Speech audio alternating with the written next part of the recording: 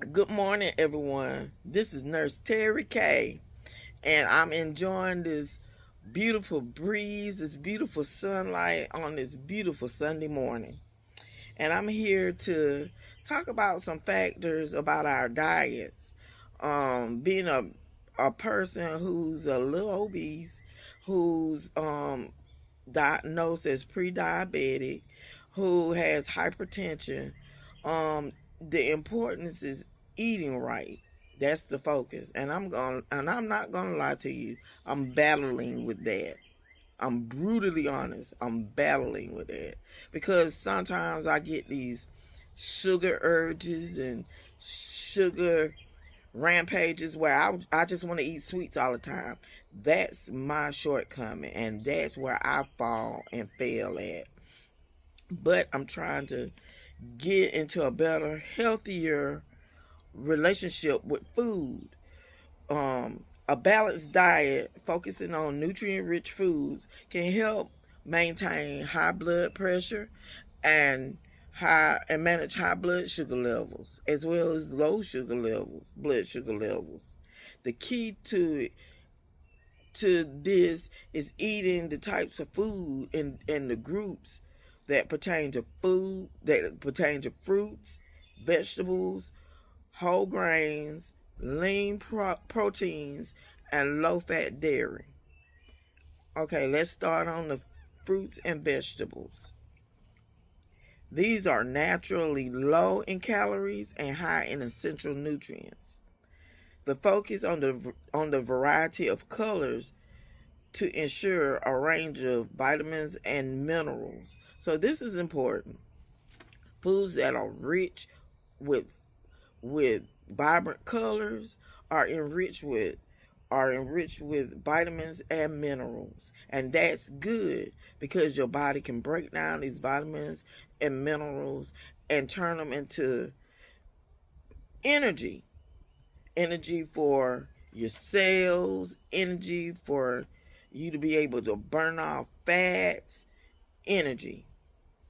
Whole grains such as whole wheat, brown rice, quinoa, and oats, which are higher in fiber and lower in glycemic index than refined grains, helps to stabilize blood sugar levels. So when you're eating these things, such as whole wheat, brown rice, quinoa, and oats, they help regulate your bowel movements. They help you get the waste out of your system, and it also cuts down on the higher intake of sugar that may accumulate in the body. Lean proteins. This includes factors such as lean meats, poultry, fish, eggs, nuts, beans, lentils, and tofu in your diet. This is the lean side of protein. When you don't want too much protein, but you have enough protein that your body can break down and use towards your muscles, towards building and refining your muscles, towards building um organs, towards building factors in your body that you need in order for your body to be healthy and run smoothly. Low fat dairy. I want to say dairy so bad, y'all, but it's dairy. Choose non fat or low fat milk, yogurt, and cheese.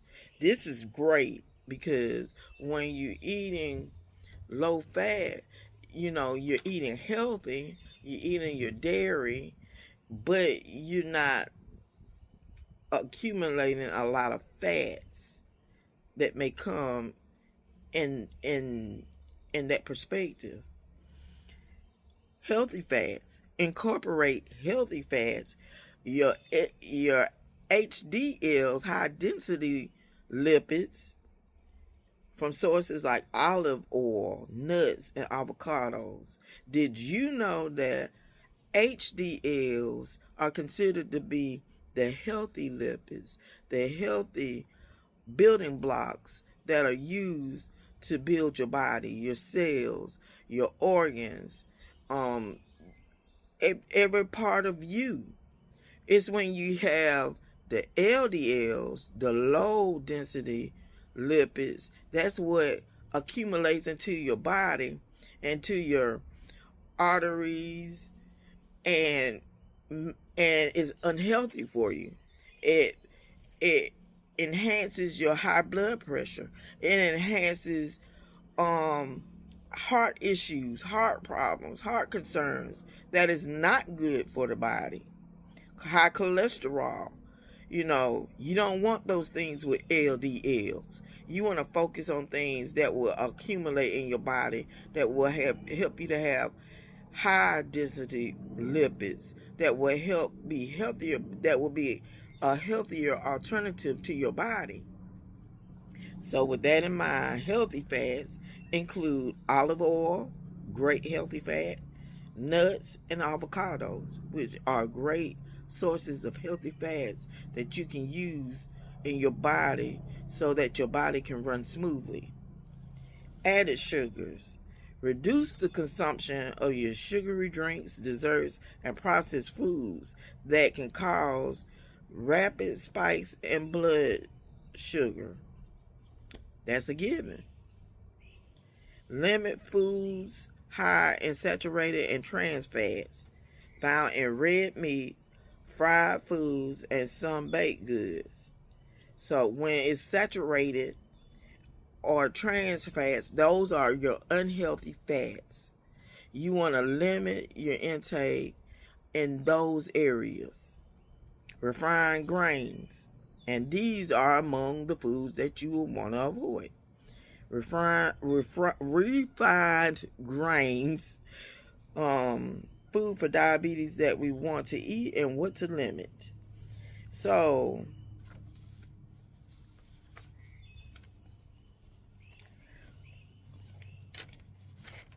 things such as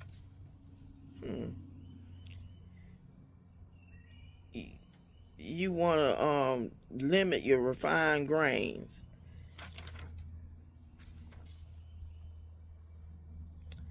So, you want to increase things such as whole fruits. Some people with diabetes believe that fruit is off limits, but certain fruits in moderation, such as berries, oranges, are healthy for you.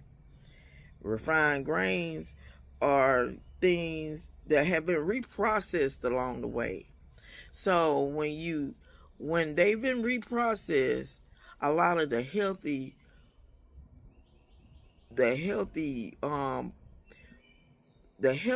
of the grains have been processed so that you're not getting what's best for the body. So we have to keep that in mind. Yeah, you want to focus on portion control. So you got to pay attention to the serving size to manage carbohydrates.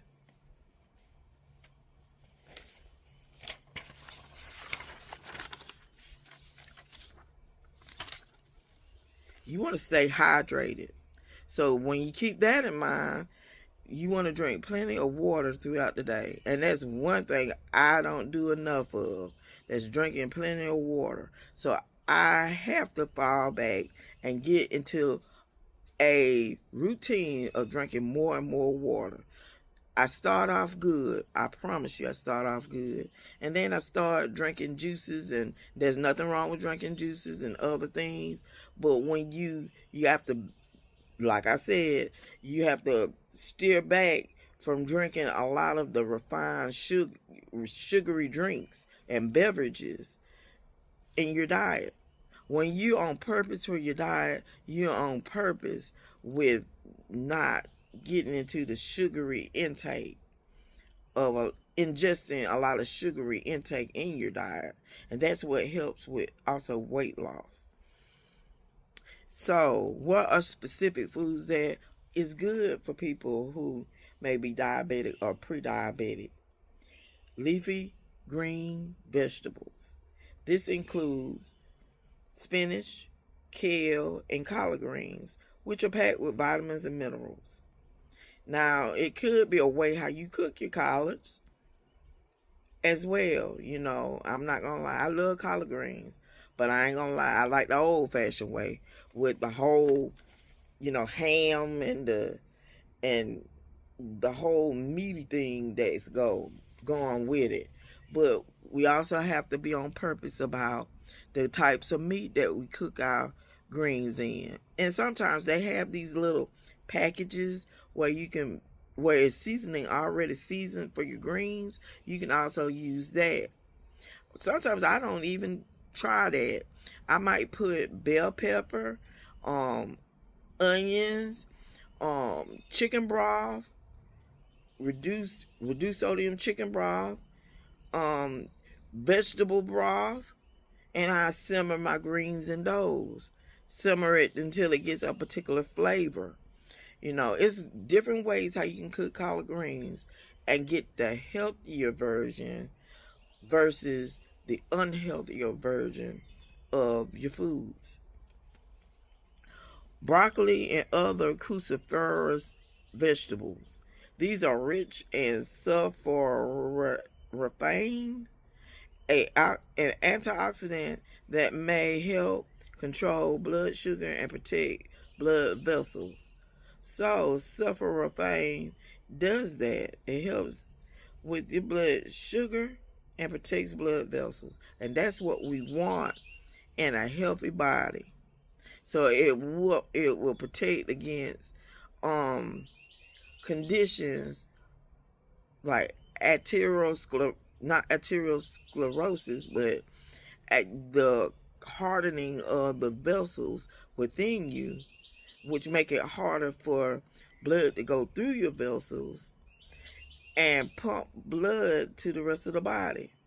I want to say it's arteriosclerosis. I'm not saying it right, but atero. I have to go back. I might have to go back and retweet that. But there is a condition where you have plaque buildup in your vessels, in your arteries, that will cause you to have your heart to pump harder to get to to to to nourish the heart, the oxygenated blood to the heart, which goes out to the rest of the body, if that makes any sense. But the harder it pumps, the higher your blood pressure goes up. That's what makes it more and more difficult for the body to receive oxygenated blood. Fatty fish. Specific foods like salmon and sardines and mackerel are good sources of omega-3 fatty acids, which are beneficial to the heart health. That's what I'm trying to go with that. When you have things like salmon, which is good, sardines, which is good, mackerel, which is good, and an increase of omega-3 fatty acids, that increases your heart's ability to be healthy, to pump effectively and efficiently, and to be able to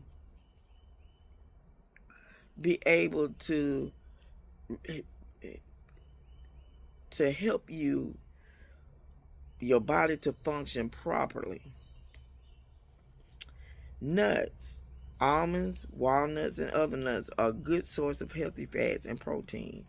Healthy fats and healthy proteins go hand in hand in the body and maintenance for the body. So we want to have an adequate amount of those. Beans and lentils. These are high in protein and fiber. And that goes hand in hand.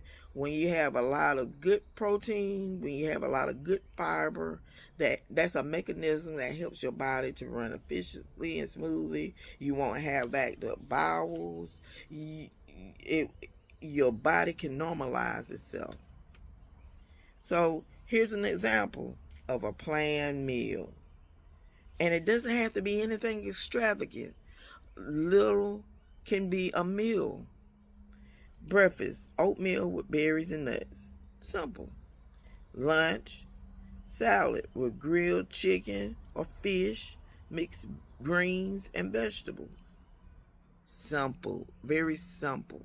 You don't have to have your whole plate piled up to the rim because you got to have all this food on top of it. Smaller portions are better for your body. Dinner: baked salmon with roasted vegetables and a side of brown rice. Moderate, simple, simplistic. Snacks: a handful of nuts, a piece of fruit, or yogurt that'll help maintain you throughout the day. You know, these fast food industries are making a killing with the type of food and diet that our society has chosen to eat and grow up on. And it's not good for us. It's causing us all these health issues, health problems, and health conditions. And our body cannot take a whole lot of the foods that they dish out. So we have to pick and choose for our body what's good for us and our body so that we can live long, healthy lives. So that's that. And I just wanted to give you a breakdown of a lot of that so it can help you to and motivate you to be able to make healthier choices, healthier decisions, and that it will help your body become a healthier you. This is Nurse Terry K, and I hope you have a great day. Thank you.